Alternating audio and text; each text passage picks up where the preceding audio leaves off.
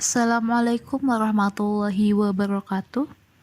Perkenalkan, kami dari kelompok PPL SMA Negeri 5 Kota Tegal akan mempresentasikan mengenai materi demonstrasi kontekstual topik 1 pemahaman peserta didik dan pembelajarannya. Dengan anggota kelompok yang pertama Ginayatul Karomah, 2 Imaniyar Salwa Nabila, 3 Mufti Falah, 4 Nandari Batul Hilda, dan 5 Putri Aini Azaka. Kasus 1. Bayangkan jika Anda adalah seorang guru matematika di kelas 7. Saat ini, Anda hendak menyampaikan materi mengenai matematika sosial, yakni mencari nilai rata-rata. Untuk memudahkan peserta didik dalam memahami pembelajaran, Anda mencoba untuk membuat urutan yang perlu diikuti oleh peserta didik agar dapat mencari nilai rata-rata pada sebuah soal. Anda meminta kepada peserta didik untuk mengerjakan soal yang Anda berikan. Hasilnya, peserta didik mampu mengerjakan dengan benar sesuai dengan langkah yang telah Anda siapkan. Beberapa saat kemudian, Anda meminta kepada peserta didik untuk mengulangi soal yang sama tanpa melihat urutan pengerjaan soal, dan peserta didik mampu mengerjakannya dengan benar. Soal pertama. Menurut Anda, apa yang membuat peserta didik mampu mengerjakan soal dengan baik pada percobaan kedua, atau tanpa melihat urutan langkah pengerjaan soal? Pada penjelasan kasus di atas, yang membuat peserta didik mampu mengerjakan soal dengan baik pada percobaan kedua tanpa melihat langkah dalam mengerjakan soal, ada beberapa kemungkinan faktor yang dapat mempengaruhi keberhasilan mereka. Di antaranya, pemahaman konsep, 2 pelatihan soal, 3 pemahaman konteks soal, 4 memori visual, dan 5 kemampuan mengeneralisasi. Pemahaman konsep. Peserta didik telah memahami bahwa konsep dari MEAN adalah jumlah total nilai dibagi dengan jumlah data. Kemudian yang kedua, pelatihan soal. Melalui pelatihan soal pada saat percobaan pertama, peserta didik telah mendapatkan pengalaman praktik dalam mencari nilai MEAN. Yang ketiga, pemahaman konteks soal. Peserta didik mengembangkan pemahaman yang baik dari konteks yang diberikan. Peserta didik juga bisa memahami bagaimana mengaplikasikan konsep mencari nilai MEAN pada situasi yang diberikan. Yang keempat, memori visual. Dari percobaan soal pertama, peserta didik telah terbentuk memori visual tentang bagaimana menyelesaikan jenis soal yang sama.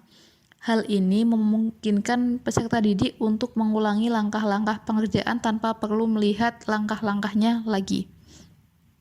Yang kelima, kemampuan mengeneralisasi. Peserta didik mungkin telah mengembangkan kemampuan untuk membuat kesimpulan. Dibuktikan dengan mampunya peserta didik dalam menerapkan prinsip-prinsip yang dipelajari. Soal yang kedua, sebagai seorang calon guru, dalam kegiatan belajar yang seperti apa metode di atas dapat diterapkan? Elaborasi jawaban Anda dengan menyertakan teori yang berkaitan. Sebagai calon seorang guru, dari metode di atas dapat diterapkan dengan menggunakan pendekatan pembelajaran aktif seperti yang pertama, melakukan pendekatan pembelajaran berbasis masalah.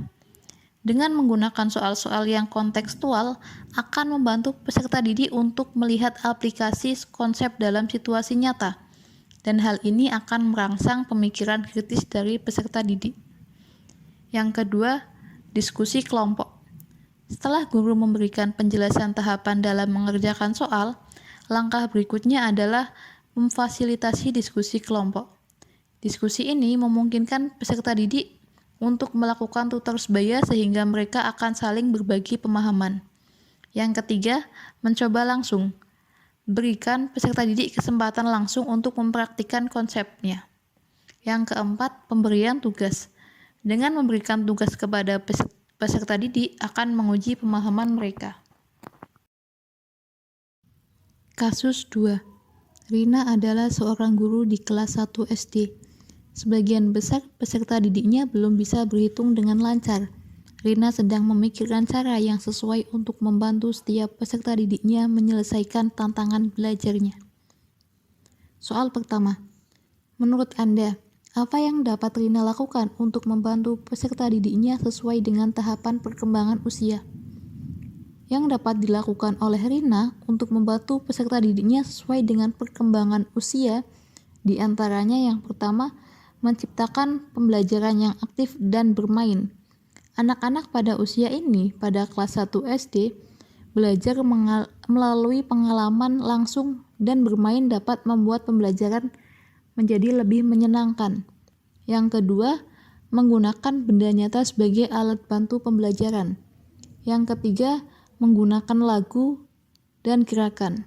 Dengan mengkombinasikan pembelajaran dengan lagu yang berkaitan dengan berhitung atau dengan pembelajaran, dibantu dengan gerakan fisik, dapat membantu meningkatkan pemahaman dan memori anak-anak. Yang keempat, penggunaan visual. Penggunaan visual ini akan membantu peserta didik dalam representasi visual dengan konsep abstrak. Dengan memahami bahwa perkembangan tiap peserta didik itu berbeda-beda, Rina dapat menciptakan lingkungan pembelajaran yang mendukung berbagai gaya belajar dan tingkat pemahaman. Yang kedua, mengapa Anda menyarankan hal tersebut? Elaborasi jawaban Anda dengan menyertakan teori yang berkaitan. Saran-saran tersebut didasari pada prinsip-prinsip perkembangan kognitif anak-anak dan teori-teori pembelajaran khususnya dalam konteks matematika. Semua saran yang sudah dipaparkan di atas bertujuan untuk menciptakan lingkungan pembelajaran yang sesuai dengan tahapan perkembangan kognitif anak-anak dan mengakomodasi berbagai gaya belajar. Dengan memahami teori-teori ini, guru dapat merancang strategi pembelajaran yang lebih efektif dan relevan dengan kebutuhan perkembangan siswa. Kasus 3. Made adalah seorang guru yang mengajar di salah satu sekolah negeri wilayah Bali. Ia mengampu mata pelajaran bahasa Indonesia. Ia hendak mengajarkan materi tes deskripsi pada peserta didiknya. Pada buku cetak yang menjadi panduan saat mengajar, terdapat beberapa contoh teks deskripsi menceritakan tentang bangunan-bangunan pencakar langit yang ada di ibu kota. Dengan memperhatikan latar belakang setiap peserta didiknya, Made pun mencoba untuk memberikan contoh berbeda. Ia memberikan contoh teks deskripsi tentang pantai dan makanan khas di Bali. Soal pertama, menurut Anda, apakah pertimbangan dan keputusan Made sudah sesuai? Mengapa demikian? Menurut kami, pertimbangan dan keputusan yang dibuat oleh Pak Made sudah tepat. Dengan menyajikan pembelajaran yang sesuai dengan latar belakang peserta didik, maka pembelajaran akan menjadi lebih bermakna dan mudah dipahami, sehingga peserta didik akan lebih termotivasi dan tertarik terhadap pembelajaran, sekaligus memotivasi diri sendiri dalam belajar daripada sekedar menjadi penerima pasif dalam proses belajar. Hal ini sejalan dengan teori belajar humanistik. Teori ini mengatakan bahwa belajar akan lebih bermakna jika memiliki relevansi dengan latar belakang peserta didik. Soal kedua, prinsip apa yang Made gunakan dalam kasus tersebut? Elaborasi jawaban Anda dengan menyertakan teori yang berkaitan. Berdasarkan kasus di atas, maka prinsip pembelajaran yang diterapkannya itu, yang pertama, pada awal kegiatan pembelajaran, Made melakukan asesmen diagnostik awal untuk mengetahui kemampuan dan latar belakang peserta didik. Yang kedua, guru atau Made memfasilitasi peserta didik untuk memahami makna pembelajaran. Yang ketiga, guru atau Made memberikan berbagai contoh sesuai dengan materi dengan mempertimbangkan latar belakang peserta didik. Sekian yang dapat kami sampaikan. Kurang lebihnya mohon maaf. Wassalamualaikum warahmatullahi wabarakatuh.